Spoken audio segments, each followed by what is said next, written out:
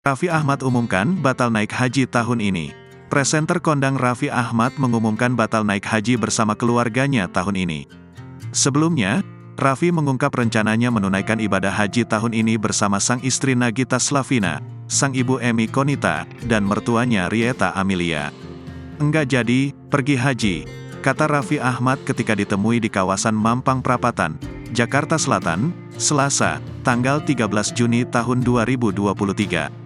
Raffi sedih tak bisa berangkat ke Tanah Suci dalam rangka menunaikan ibadah haji. "Udah sering gue beberapa kali ya, memang belum waktunya saja," ucapnya.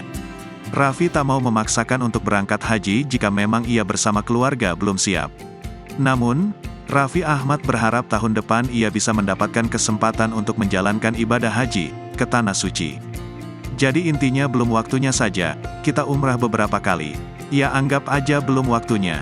Itu kan diundang ke rumah Allah, doakan saja di lain kesempatan bisa," ujar Raffi Ahmad.